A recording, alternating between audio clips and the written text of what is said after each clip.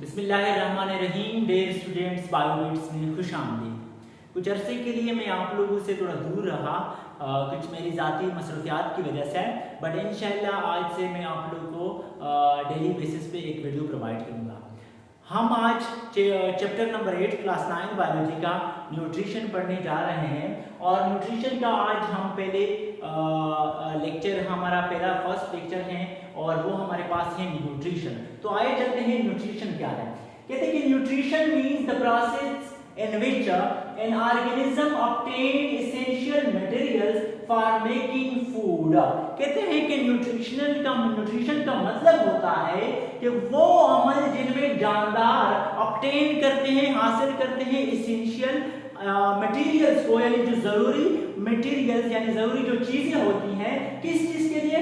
For making food, खुराक को बनाने के लिए, और take food made by others, या खुराक को लेने के लिए जो किसी और ने खुराक बनाया हो, and convert into substances for growth, energy and regulating various body function. समझ आ गई? न्यूट्रिशन का मतलब ये है कि हमारे पास या तो जानदार जो होते हैं वो ऑब्टेन करते हैं किसको? एसेंशियल मटेरियल्स को। किसके लिए? फॉर मेकिंग हमारे पास फूड, यानी खुराक को बनाने के लिए या खुराक को कहीं और से लेने के लिए। किस? For their growth, energy and regulating various body function, यानी अपनी ग्रोथ के लिए, एनर्जी के लिए, या बॉडी में जितने भी हमारे पास बाकी फंक्शन हो रहे होते हैं उनके लिए। तो अब हमारे पास जो फर्स्ट टॉपिक है, ये तो हमने डिस्कस किया कि न्यूट्रिशन होती क्या है। जो सबसे फर्स्ट टॉपिक है वो हमारे पास है मिनरल न्यूट्रिशन इन प्लांट्स।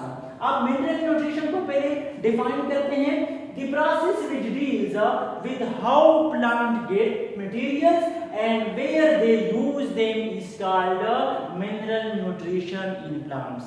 कहने का क्या मकसद हुआ कि यानी वो अमल जिसमें कि हम देखते हैं कि पौधे किस तरह मटेरियल्स को यानी चीजों को हासिल करते, मिनरल्स यानी मदनियात होते हैं उनको हासिल करते हैं और उसको फिर कहां पर यूज करते हैं, called mineral nutrition in plants। अब हमारे पास याद है जिस तरह हम चैप्टर नंबर 7 में हमने पढ़ा था कि फोटोसिंथेसिस होता है, ग्लूकोज को बनाने के लिए हमारे पास वाटर रिक्वायर्ड होती है, हमारे पास कार्बन डाइऑक्साइड रिक्वायर्ड होती है, सनलाइट की जरूरत होती है, क्लोरोफिल की जरूरत होती है। इसी तरह प्लांट्स को, पौधों को उनके साथ साथ मिनरल की भी जरूरत होती है।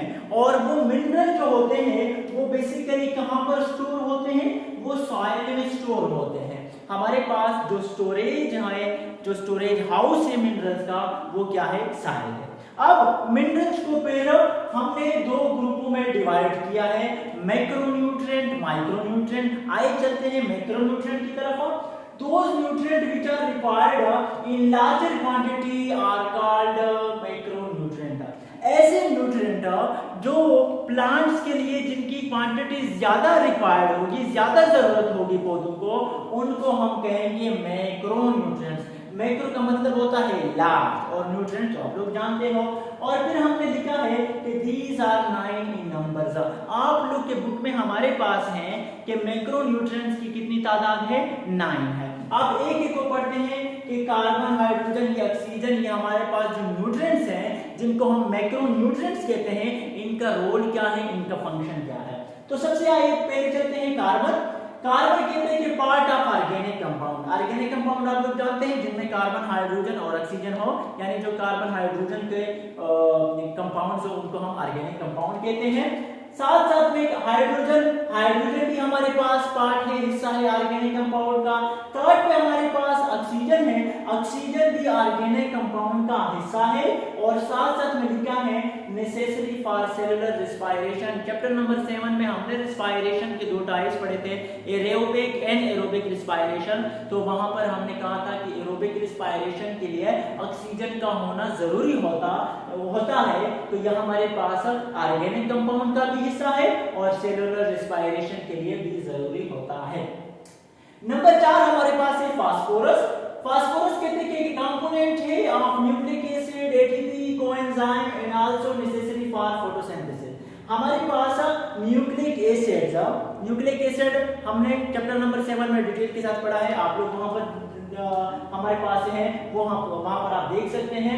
तो न्यूक्लिक एसिड कहते हैं हिस्सा है, कंपोनेंट है, क्या चीज है, फास्फोरस एटीपी का है जिसको हम एडिनोसिन ट्राइफॉस्फेट कहते हैं, कोएंजाइम है और साथ साथ में ये जरूरी होता है किस चीज के लिए, फॉर फोटोसिंथेसिस। ये जो कोएंजाइम होता है ये नॉन प्रोटीनियस पार्ट होता है एंजाइम का, ये याद रखें। 5 पे हमारे पास है कि पोटाशियम, पोटाशियम का क्या रोल है, regulate the opening and closing of stomata. ये जो स्टोमेटा दिन के वक्त ओपन होता है और रात को क्लोज होता है, इसको रेगुलेट कौन कर रहा होता है, वो हमारे पास पोटाशियम कर रहा होता है। और पोटाशियम का ये भी क्या काम है कि वो वाटर लॉस को रिड्यूस करे फ्रॉम दी लीव्स। उसके बाद हमारे पास है नाइट्रोजन, नाइट्रोजन है part of protein, hormone, chlorophyll, vitamin and enzyme. आप क्लोरोफिल जानते हैं, आप क्लोरोफिल क्या होते हैं, हार्मोन्स, ये फिर आगे आप लोग पढ़ेंगे कि हार्मोन्स क्या हैं, विटामिन्स क्या हैं, हम चला आगे पढ़ेंगे। तो याद रखिए कि नाइट्रोजन प्रोटीन, हार्मोन, विटामिन्स और क्लोरोफिल वगैरह का हिस्सा होता है, साथ साथ में एंजाइम का। नंबर 7 पे आते हैं सल्फर, सल्फर पे कहते हैं कि part of protein, vitamin and enzyme से। उसी तरह 8 पे हमारे पास कैल्शियम है, कैल्शियम पे क्या करता है, regulate water movement in the cells, यानी रेगुलेट करता है वाटर मूवमेंट के, वाटर कितना बाहर जा रहा है सेल से और कितना सेल के अंदर आ रहा है। और साथ साथ में ये भी याद रखें कि कैल्शियम क्या है, structural component of cell membrane को जो होता है उनमें भी उसका रोल होता है। फिर हमारे पास जो मैग्नीशियम है, मैग्नीशियम क्या है, ये पार्ट ऑफ क्लोरोफिल है। अगर आप क्लोरोफिल का स्ट्रक्चर देखेंगे तो जो बिल्कुल सेंट्रल पे पड़ा होता है वो क्या होता है, वो मैग्नीशियम पड़ा होता है। तो ये हमारे पास मैक्रोन्यूट्रिएंट हो गए। दूसरा हमारे पास होता है माइक्रोन्यूट्रिएंट, हमने लिखा है those nutrient which are required in smaller quantities are called micronutrient. ऐसे न्यूट्रिएंट्स जिनको पौधों की जरूरत कम मिकदार में होगी उनको हम माइक्रोन्यूट्रिएंट कहेंगे। और ये याद रखिए कि माइक्रोन्यूट्रिएंट की तादाद हमारे पास टोटल 8 है, यानी 8 हमारे पास माइक्रोन्यूट्रिएंट है। अब सबसे पहले आयरन है, कहते हैं कि नेसेसिटी फॉर फोटोसिंथेसिस, फोटोसिंथेसिस आप जानते हैं जरूरी होता है आयरन, फोटोसिंथेसिस के लिए आयरन। दूसरा हमारे पास मोलिब्डेनम है, हमारे पास कहते हैं कि important in making amino acids, amino acid को बनाने के लिए जरूरी होता है। और साथ साथ में हमारे पास इसका एक दूसरा रोल है कि ये क्या करता है, पार्ट ऑफ द एंजाइम होता है विच रिड्यूस, जो कि रिड्यूस करता है नाइट्रेट्स को इनटू अमोनिया। तो ये याद रखिए। थर्ड पे हमारे पास है boron, important for sugar transport and cell division. याद रखें कि शुगर ट्रांसपोर्ट के लिए और सेल डिवीजन के लिए कौन रोल प्ले करता है, बोरान। चौथे नंबर पे हमारे पास है कॉपर, कॉपर का रोल है required for functioning of several enzyme. Fifth पे हमारे पास मैंगनीज है, manganese involved in enzyme activity for photosynthesis, respiration and nitrogen metabolism. Photosynthesis जानते हैं आप, रेस्पिरेशन आप लोग जानते हैं, हमने आप लोगों ने चैप्टर नंबर 7 में सब चीजें पढ़ी हैं। नाइट्रोजन मेटाबॉलिज्म क्या है, देखो मेटाबॉलिज्म जितने भी बॉडी के अंदर जितने केमिकल रिएक्शन हो रहे होते हैं उनको क्या कहते हैं, मेटाबॉलिज्म कहते हैं। 6 नंबर पर हमारे पास है zinc, required for the functioning of many enzyme, मुख्तलिफ एंजाइम के फंक्शन करने के लिए जिंक की जरूरत होती है। नंबर 7 पे हमारे पास है chlorine, involve in osmosis of water. Osmosis किसे कहते हैं, यानी हाई कंसंट्रेशन से लोअर कंसंट्रेशन की तरफ, यानी उसको में इन्वॉल्व होता है। और जब ऑस्मोसिस ऑफ वाटर हो रही होती है तो क्लोरीन वहां पे रोल प्ले कर रहा होता है। और लास्ट में हमारे पास है निकल, निकल क्या है, रिक्वायर्ड इन नाइट्रोजन मेटाबॉलिज्म, वही मेटाबॉलिज्म की हमने बात की।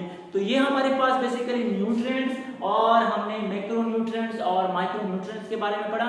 इंशाल्लाह आप लोगों को जो सेकंड टॉपिक है, जो सेकंड लेक्चर होगा वो इंशाल्लाह कल मिलेगा। तब तक के लिए मुझे अपनी दुआओं में याद रखें। अल्लाह हाफिज।